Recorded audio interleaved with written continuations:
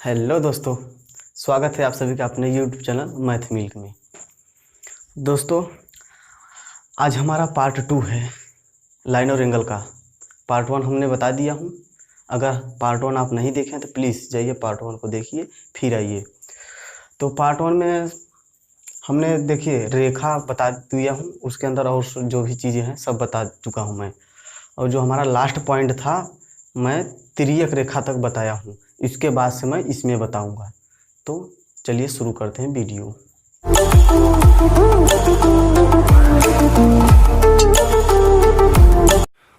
तो तिर्यक रेखा तक हमने बता दिया था। चलिए एक बार देखते हैं, फिर इसको बता देते हैं। तिर्यक रेखा किसे कहते हैं फिर से मैं बता रहा हूँ।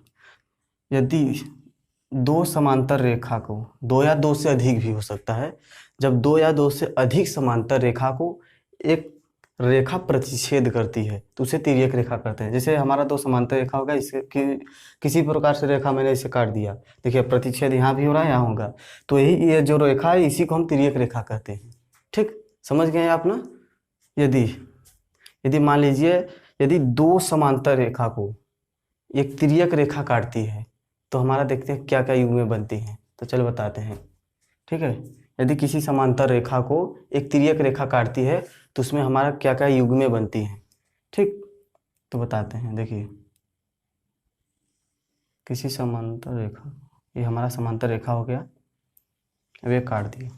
ठीक, तो इसमें यहाँ काट दिया तो यहाँ कोण बनेंगी, कटान बिंदु है तो भाई यहाँ पे देखिए कोण तो बनेंगी, तो ऐसे यहाँ पर बनेंगे। तो इन कोणों का नाम दे रहे हैं हम। पहले इसका नाम देते हैं ए, बी, इसका सी, इसका डी। तो एक कोण हमारा इधर बना, एक इधर, एक इधर, ऐसे चारों बगल बनेगा। ठीक, हम इसका नाम दे दे रहे हैं पी, इसका क्यू, आर, एस। ठीक, इसका एम, एन, इसके बाद कुछ भी यहाँ पर धर रहे हैं, एक्स, एक्स वाई। ठीक, एक्स वाई हो गया। तो ये जो कोण हैं इनको क्या कहते हैं, इसका इससे इससे मतलब ये कोण से ये कोण से और ये कोण से ये कोण से संबंध क्या है, तो चलिए हम बताते हैं। यदि दो समांतर रेखा को एक तिर्यक रेखा काटती है तो क्या क्या युग्में बनेगी, चलिए हम बताते हैं। देखिए हमारा समांतर रेखा हो गया। ठीक, ये हमारा समांतर दो रेखा हो गया, इसको एक तिर्यक रेखा देखिए काटी है, तो इसका हम नाम, यहाँ कोण बनेगा, चार कोण इधर बनेगा, चार कोण इधर, कुल मिलाकर 8 कोण बनेंगे। तो हमने कोण का नाम दे दिया है पी क्यू आर एस, और इस रेखा का नाम ए बी, इसका सी डी, और एम एन एक्स वाई। ये हमारा कोणों का नाम हो गया। तो जैसे कि हम बताते हैं, सबसे पहले ये आर एस है, इसको सही से लिख देते हैं। ठीक, अब हम आपको कहेंगे कि कोण यस बराबर कोण यम। तो आप कहेंगे भाई ये कैसे, देखिए ये हुआ ऐसे, कोण यस बराबर कोण यम, ये एकांतर कोण है। एकांतर कोण, एकांतर मतलब देखिए नाम में है एकांतर, मतलब इसमें एकांतर है। देखिए मगर ये लाइन नहीं होती यहाँ पे, तो देखिए हमारा जो ये कोण और ये कोण आपस में मिलना चाहते हैं, एकांतर है ना, इसलिए कोण यस बराबर कोण यम। ठीक, एकांतर कोण लिख देता हूँ, एकांतर कोण। एकांतर कोण आपस में बराबर होते हैं। ठीक है, तब जब ये हमारा एकांतर कोण हो गया तो ऐसे ये भी हो गया, आर बराबर कोण, आर बराबर कोण एन लिख दे रहे हैं, कोण आर बराबर कोण एन। ठीक, तो ये भी हमारा एकांतर कोण हो गया।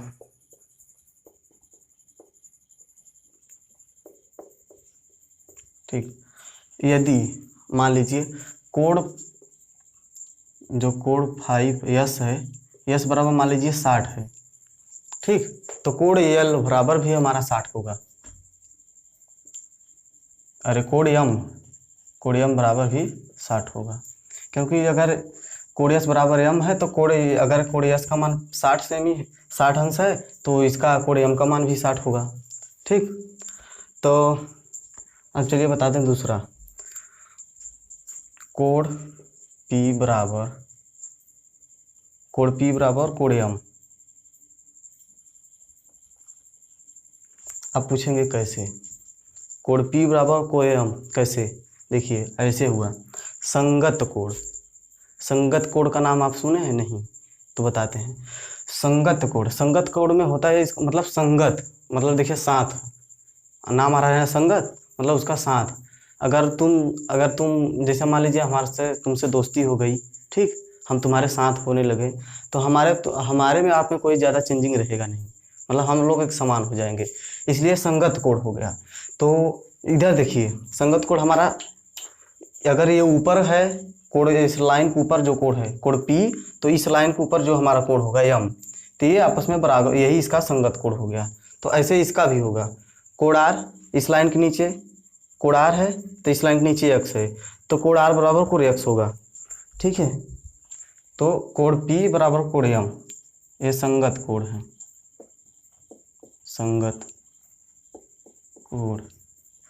तो ऐसे इधर का कोण R बराबर कोण X, क्योंकि लाइन के नीचे का संगत वाला हमेशा, देखिए इस लाइन के ऊपर कौन कोण P, तो ऐसे हमें इस लाइन के ऊपर देखना होगा M, तो इसका संगत ये हुआ, ठीक। तब अब ये लाइन के नीचे है तो इसका संगत इस लाइन के नीचे वाला होगा, तो कोण हमारा R बराबर कोण X, संगत कोण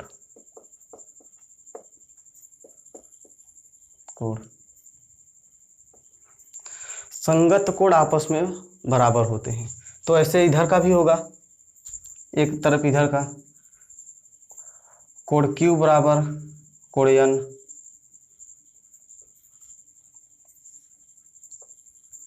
इसका मतलब संगत कोण मतलब डबल लाइन के।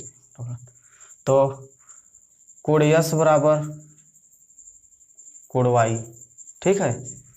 यदि कोण P बराबर, हम मान लीजिए कोण P बराबर मान लीजिए कितना 80 है, तो हमारा जो कोण M होगा वो भी हमारा होगा 80, भी 80 होगा। तो समझ में आ गया कि नहीं समझ आया तो चलिए एक बार फिर से समझा दे रहे हैं। देखिए कोण S बराबर कोण M एकांतर कोण, कोण S बराबर कोण M एकांतर, मतलब देखिए नाम में है एकांतर मतलब एकांतर। अगर मान लीजिए ये लाइन यहाँ तक नहीं होती तो ये कोण जो है इससे मिल जाता, मिलता कि नहीं, ये मिलना चाहता है इससे, तो इसलिए कोण S बराबर कोण M ये हमारा एकांतर कोण हो गया। ऐसे इधर की कोण R बराबर कोण N एकांतर कोण। अब इसके बाद आता है, ये जब हो गया एकांतर कोण, अब इधर आते हैं कोण P बराबर कोण M। मैंने बताया कोण P बराबर कोण M क्योंकि ये संगत कोण है, संगत कोण आपस में बराबर होते हैं, ठीक। तो अब ऐसे इसका नीचे कोण R बराबर कोण X, ये भी संगत कोण है, बताए थे आप जैसे रहेंगे वैसे ही भी रहेगा, अगर आप चोर हैं तो भी चोर रहेगा, संगत का असर है ये सब, ठीक। तो ऐसे इधर का कोण Q बराबर कोण X, अरे भाई कोण S बराबर कोण N, समझ गए आप। तो इस चलते हैं अब इसका परीक्षण करते हैं कि कहाँ तक सही है और कहाँ तक गलत है, ठीक। हाँ ये चलिए इसको मिटा दे रहे हैं।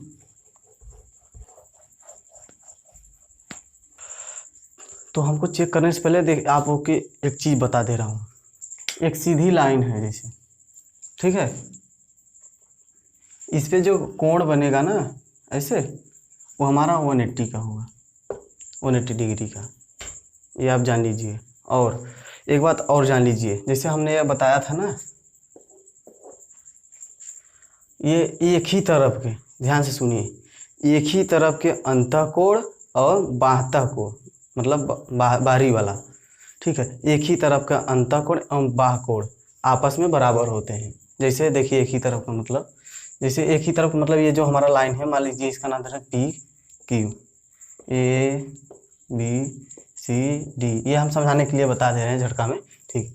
एक ही तरफ मतलब जैसे ये हमारा लाइन है ना, इधर का बाह्य कोण मतलब हो गया बाहरी वाला, ठीक, और अंतः मतलब ये अंदर वाला चीज, आपस में बराबर होते हैं, ठीक। तो ऐसे इधर का भी होगा, तो चलिए इसको मिटा दे रहे हैं।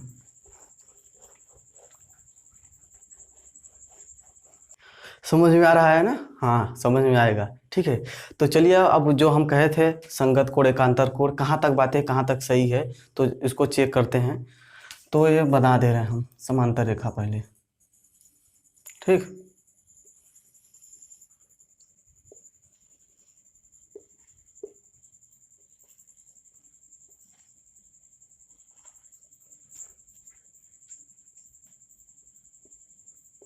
ठीक, मान लीजिए ये वाला जो कोण है ये 70 डिग्री का है। ठीक, ये वाला 70 डिग्री का है। तो ये वाला अगर 70 डिग्री का है तो ये वाला कितने डिग्री का होगा? अगर ये 70 का है तो ये भी हमारा 70 का होगा। क्यों? क्योंकि कोण है, इसको आपको दिमाग में बैठाना पड़ेगा। क्यों? क्योंकि संगतिया वाला भी बात मैंने बताया था ना, इसीलिए जैसा संगतिया इसका तैसा इसका। तो ये 70 है तो ये भी हमारा 70 होगा। और सबसे बड़ी बात मैंने बताया था ना, सम्मुख कोण का आप नाम सुने हैं? शीर्षाभिमुख कोण। अगर ये 70 है तो हमारा ये भी 70 होगा। ठीक, क्यों? शीर्षाभिमुख कोण आपस में समान होते हैं। शीर्षाभिमुख यानी सम्मुख कोण, तो ये 70 हो गया। और एक चीज़ आपको पता होगा, एक सीधी लाइन पर भी हमने बताया था ना, एक सीधी लाइन है तो हमारा 880 का डिग्री बनता है, 180 का। तो अगर यहाँ से यहाँ तक हम देखते हैं, यहाँ हमारा 70 है तो यहाँ हमारा कितना बनेगा? अगर यहाँ से यहाँ हमारा 70 है तो यहाँ हमारा 110 अंश का कोण बनेगा कि नहीं? सॉरी, 110 अंश का। तो हमने देखिए हो गया ना। अगर ये 110 अंश यहाँ एक देखिए अब मिलाए, हमारा हो गया कि नहीं? 180 डिग्री का। ठीक, तो ऐसे अगर ये 100 है तो ये भी हमारा 100 होगा। क्यों? एकांतर कोण, मैंने बताया था ना एकांतर कोण। एकांतर, तो अच्छा फिर से एक बार बता दें। देखिए ये 110 है तो ये भी 110 हुआ, क्योंकि एकांतर कोण, जैसे कि अभी मैंने बताया था एकांतर कोण आपस में बराबर होते हैं। हुआ ना, 110 ये 110 ये, एकांतर कोण आपस में बराबर हुआ। तो ऐसे ही ये भी होगा। देखिए चाहे इसको ऐसे देख लीजिए, शीर्षाभिमुख कोण, शीर्षाभिमुख कोण आपस में बराबर होते हैं। तो इसका शीर्षाभिमुख मतलब इसके सामने का मुख कौन है? इसके सामने का मुख ये है। अगर ये 110 अंश है, 110 अंश ये भी होगा। ऐसे भी आप मान लीजिए 110 लिख दीजिए। अगर वैसे नहीं देखते हैं तो या फिर ऐसे देखिए, एक सीधी लाइन पर 180 अंश का कोण बनता है, बढ़ता है ना। देखिए तो ये हमारा एक सीधी लाइन हो गई। तो ये यहाँ से यहाँ तक, यहाँ हमारा 70 था पहले से, तो अगर 110 जोड़ेंगे कितना होगा? 180 अंश होगा ना। ठीक, तो ऐसे हम इधर देख लेते हैं। अब यहाँ हम बताए थे एक ही तरफ के अंतः कोण एवं बाह्यतम कोण का योग 180 अंश होता है। तो ये 70 है तो ये कितना होगा? ये भी 70 होगा। क्यों? संगत कोण, संगत कोण आपस में बराबर होते हैं कि नहीं? तो ये 70 है तो इसका संगतिया कौन होगा? इसका संगतिया ये भी होगा। बताए थे ना, इसके इस लाइन के ऊपर का और इस लाइन के ऊपर का ये दोनों संगत कोण हैं। तो ये हमारा 70 हो गया। ऐसे देखिए या फिर ऐसे देखिए, मैंने बताया था ना अंतः कोणों का योग 180 अंश होता है। बताया था ना, एक ही तरफ के अंतः एवं बाह्यतम कोणों का योग 180 अंश होता है। तो 170 है और 110 है और ये 70 है, तो कितना हुआ? 180 अंश हुआ ना। और ऐसे देख लीजिए, ये 70 है तो इसका संगतिया ये है तो ये भी 70 होगा। हुआ कि नहीं? तो ऐसे ये भी, अगर ये 70 है तो ये हमारा कितना होगा? 110 होगा। अब हो गया। अगर ये 110 है, 110 ये भी होगा, क्योंकि शीर्षाभिमुख कोण, इसका शीर्षाभिमुख ये हुआ। अरे ऐसे देखना चाहते हैं, कहीं भी आप देख लीजिए, हम ये लाइन देख रहे हैं, मान ये लाइन के अगर नीचे मिला 110 ये है तो 70 है यहाँ होगा। मतलब हमारे सीधी लाइन पे 180 अंश का कोण बनता है। देखिए 70 अंश हुआ कि नहीं? चाहे जिधर से आप पकड़िए, तो इससे हमारा सिद्ध हुआ ना। देखिए तब ऐसे देख लीजिए, इसका शीर्षाभिमुख ये समान, इसका शीर्षाभिमुख ये समान।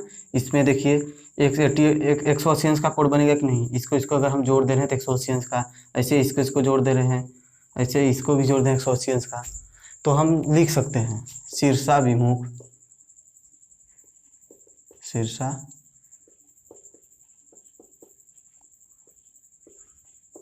कोण आपस में समान होते हैं।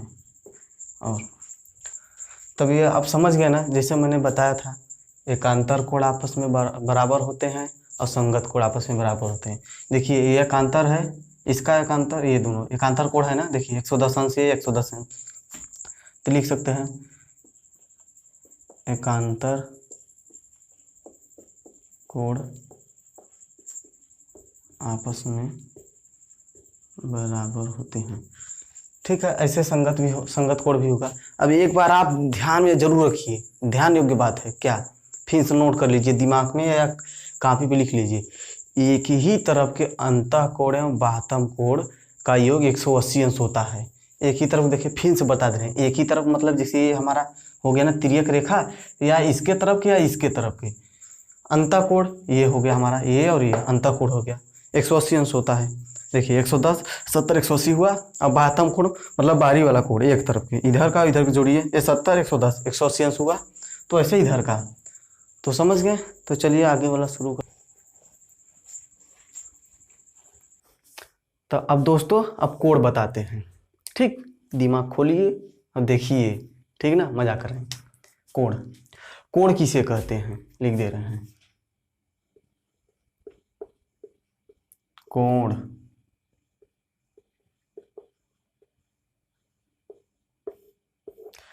कोण किसे कहते हैं। देखिए हम सिंपल भाषा में आपको बताते हैं, दो किरणों के अंतः बिंदु के मध्य भाग को, ध्यान से सुनिए, दो किरणों के अंत बिंदु के मध्य भाग को कोण कहते हैं। जैसे हम देखिए समझा दे रहे हैं चित्र से, दो किरण, ये हमारा किरण हो गई, अंत एंड बिंदु, ये किरण हो गई, इनके मतलब यहाँ से देखिए अंत बिंदु बोले थे ना, अंत बिंदु,